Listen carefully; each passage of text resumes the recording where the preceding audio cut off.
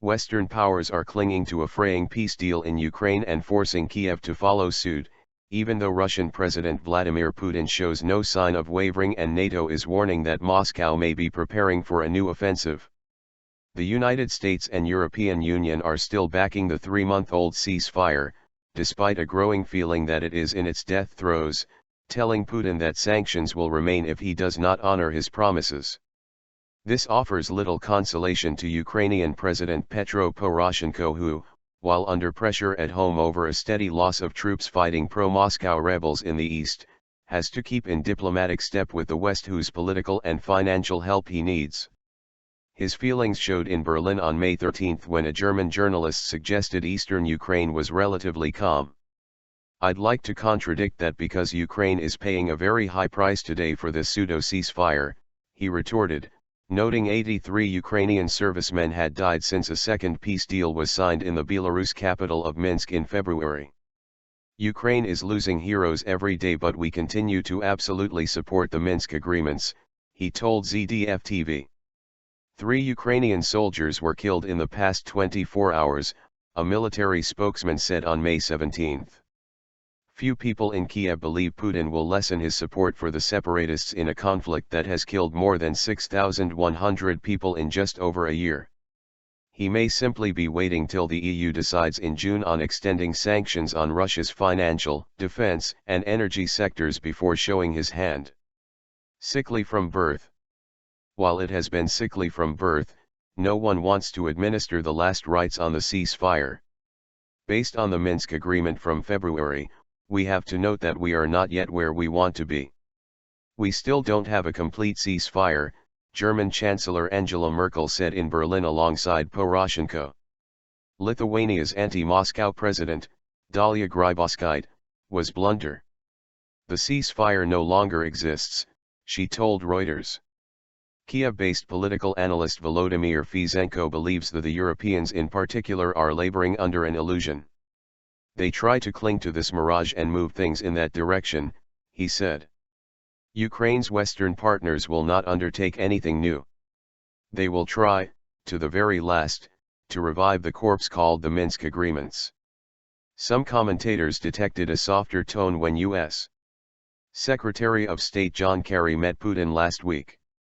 However, the United States has accused Russia of failing to withdraw heavy equipment such as air defense systems, tanks, and artillery from eastern Ukraine in violation of the Minsk Plan.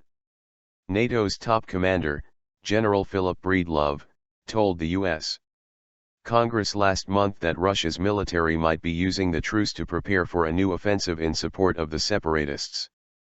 Any new Russian-backed thrust is likely to focus on the coastal city of Mariupol. If it fell, the rebels might be able to open a land corridor to Crimea, which Russia annexed last year. Differences of perception. Many see a fundamental difference of perception between European leaders and Poroshenko. While the EU can live with a patchy ceasefire that avoids large-scale loss of life, Kiev must face the steady flow of casualties and uncertainty over what Putin might do next. Even the gains achieved under the Minsk deal are flawed. Both sides have pulled back large-caliber guns and tanks from most of the front line, but they are still being used against government troops at the main pressure points, Kiev says. Despite some prisoner exchanges, Moscow is still holding Nadia Savchenko, a celebrated Air Force pilot seized in eastern Ukraine and spirited into Russia. More importantly for Ukrainians, the Minsk agreements include no plan for Kiev to recover territory lost to the rebels. As long as violence continues in the east, even at a reduced level, Kiev has little chance of holding local elections there as planned at the end of this year.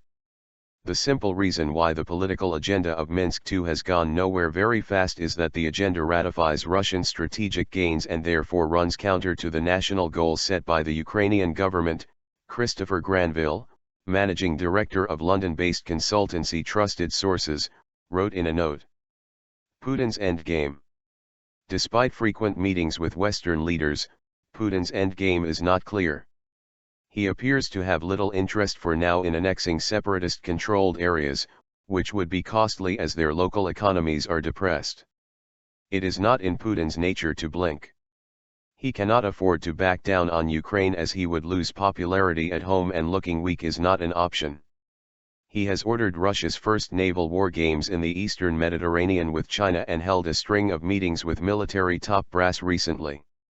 But, with the deaths of Russian troops in Ukraine a possible threat to his standing, he might judge that waging a full-blown war in Ukraine is too economically and politically risky.